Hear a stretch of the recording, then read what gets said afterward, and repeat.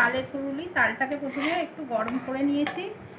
এবার দেবো আমরা ময়দা, কিছুটা ময়দা, কিছুটা চালের গুঁড়ো,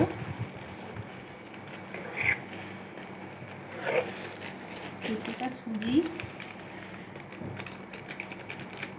এরপর দেবো আমরা নুন, স্বাদ মতো নুন, এরপর দেবো চিনি, যা মিষ্টি অনুযায়ী চিনি, যে যেমন খায় সেরকম অনুযায়ী আমরা একটু বেশি করেই মিষ্টি এটা দিয়েছি। আর কিছুটা দিচ্ছি আমরা পাউডার দুধ দিলে একটু মিষ্টি ভাবটা থাকে, ভালো লাগে। হয়ে গেল, এবার এটাকে আমরা মেখে নেবো।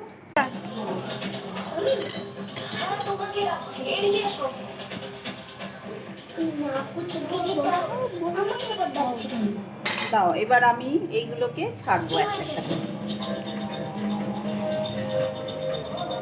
এই যে ড্রিঙ্কসগুলো বিশেষ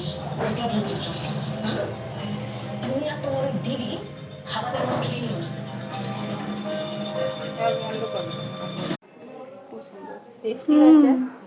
খুব টেস্টি হয়েছে খেতে, খুব সুন্দর হয়েছে খেতে,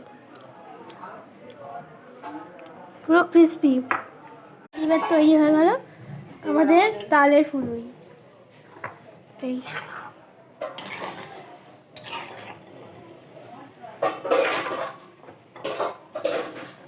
খুব সুন্দর দেখতে হয়েছে। টাটা।